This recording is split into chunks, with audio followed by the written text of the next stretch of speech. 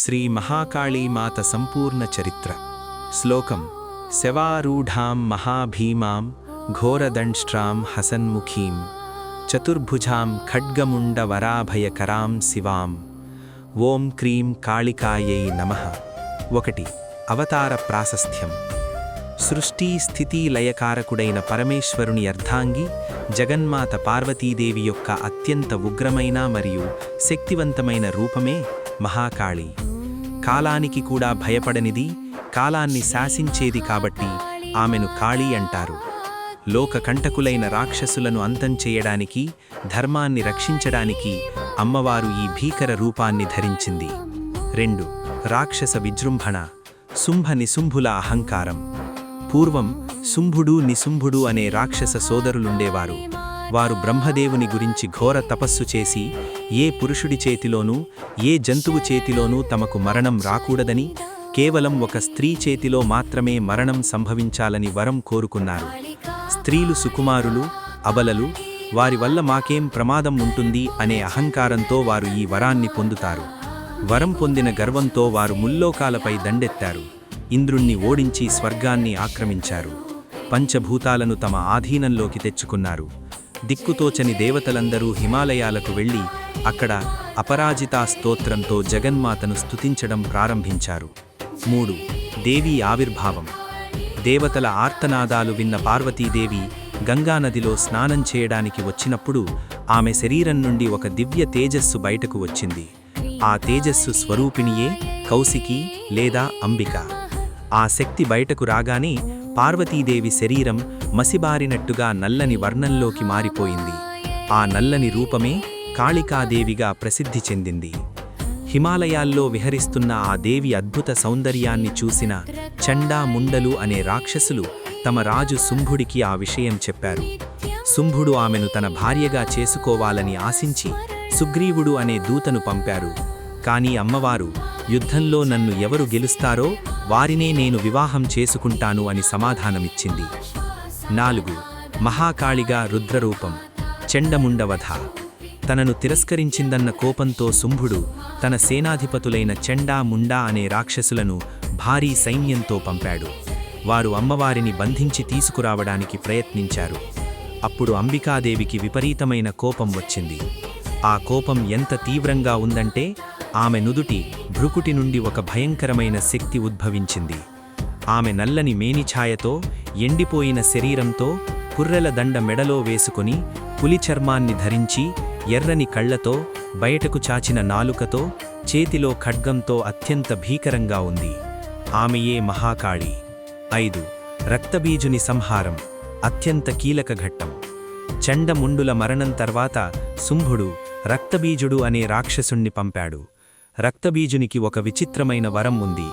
అతని శరీరం నుండి ఒక్క చుక్క రక్తం నేలమీద పడినా ఆ చుక్క నుండి అతన్లాంటి మరో రక్తబీజుడు తక్షణం పుట్టుకొస్తాడు.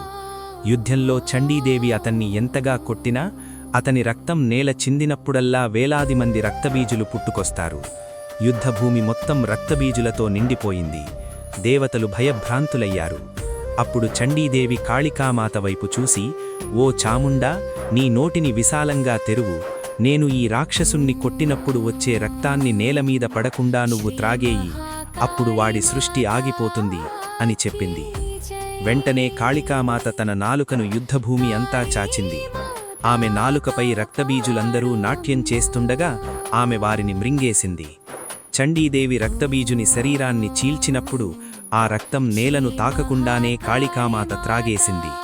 చివరకు రక్తం లేక నిస్సత్తువతో రక్తబీజుడు నేలకూలాడు. ఆ విధంగా రక్తబీజుని సంహారం జరిగింది. తర్వాత శుంభ నిశుంభులు కూడా అమ్మవారి చేతిలో హతమయ్యారు. లోకకంటకులు నశించారు. 6. శాంతించని ఉగ్రరూపం. శివుని ఉపాయం. రాక్షస సంహారం పూర్తయినప్పటికీ కాళికాదేవి ఆవేశం చల్లారలేదు. రక్తపానంతో ఆమె మరింత ఉగ్రాలయ్యింది. ఆమె విజయోత్సాహంతో ప్రళయతాండవం చేయడం మొదలుపెట్టింది. ఆమె అడుగుల భారానికి భూమి కంపించింది. ఆమె హుంకారానికి లోకాలు తల్లడిల్లాయి. ఆమెను ఆపకపోతే సృష్టి నాశనమవుతుందని దేవతలు భయపడ్డారు. వారంతా కైలాసానికి వెళ్లి పరమేశ్వరుణ్ణి వేడుకున్నారు. మహాదేవా, జగన్మాత ఆవేశాన్ని మీరే తగ్గించాలి అని ప్రార్థించారు. శివుడు యుద్ధభూమికి చేరుకున్నాడు. కాని కాళికాదేవి ఎవరినీ గమనించే స్థితిలో లేదు. ఆమెను శాంతింపచేయడానికి శివుడు ఒక ఉపాయం ఆలోచించాడు. ఆమె నడిచే దారిలో శవాల మధ్యలో తాను కూడా ఒక శవంలా పడుకున్నాడు. ఆవేశంలో పరుగున వస్తున్న కాళికామాత పొరపాటున తన కాలును శివుని ఛాతిపై మోపింది. ఎప్పుడైతే తన పాదం శివుని స్పర్శించిందో ఆ స్పర్శతో ఆమె ఉలిక్కిపోయింది. క్రింద చూసేసరికి తన భర్త అయిన పరమేశ్వరుడు కనిపించాడు. అయ్యో, నా స్వామిపైనే కాలు మోపానా అనే పశ్చాత్తాపంతో సిగ్గుతో ఆమె తన నాలుకను బయటకు కరుచుకుంది. ఆ క్షణమే ఆమె కోపం మాయమై ఆమె శాంత స్వరూపిణిగా మారింది. అందుకే కాళికామాత విగ్రహాల్లో ఆమె శివునిపై కాలు మోపి నాలుక బయటపెట్టి ఉంటుంది. దీనినే దక్షిణ కాళికా స్వరూపం అంటారు. 7. కాళికా తత్వము ముగింపు. కాళికాదేవి రూపం చూడడానికి భయానకంగా ఉన్నా ఆమె మనసు తల్లి ప్రేమతో నిండినది. నలుపు రంగు అనంతమైన శూన్యానికి, సృష్టి రహస్యానికి ప్రతీక. ఖడ్గం అజ్ఞానాన్ని నరికే జ్ఞానానికి ప్రతీక. కట్టిరించిన తల మనిషిలోని అహంకారాన్ని తొలగించి మోక్షాన్ని ఇస్తుందని అర్థం. అభయహస్తం తన్ను నమ్మిన బిడ్డలకు ఎల్లప్పుడూ రక్షణ ఇస్తానని అర్థం. రామకృష్ణ పరమహంస వంటి మహనీయులు కాళికామాతలో సాక్షాత్తు పరబ్రహ్మను దర్శించారు. ఆమెను అమ్మగా ఆరాధించేవారికి ఆమె ఎంతో ప్రేమను పంచుతుంది. కష్టాల్లో ఉన్నవారిని, శత్రుబాధలతో సతమతమయ్యేవారిని, భయంతో జీవించేవారిని ఆమె కంటికి రెప్పలా కాపాడుతుంది. ఫలశ్రుతి: ఎవరైతే ఈ కాళికాదేవి చరిత్రను భక్తితో పఠిస్తారో లేదా వింటారో వారి సకల పాపాలు తొలగిపోతాయి, శత్రుబాధలు నశిస్తాయి, అకాల మృత్యు భయం తొలగిపోతుంది, ఇంటా బయటా విజయాలు సిద్ధిస్తాయి. సర్వమంగళ మాంగళ్యే శివే సర్వార్థ సాధికే శరణ్యే త్ర్యంబకే దేవి నారాయణీ నమోస్తుతే. శ్రీ మహాకాళీ మాతా అర్పణమస్తు.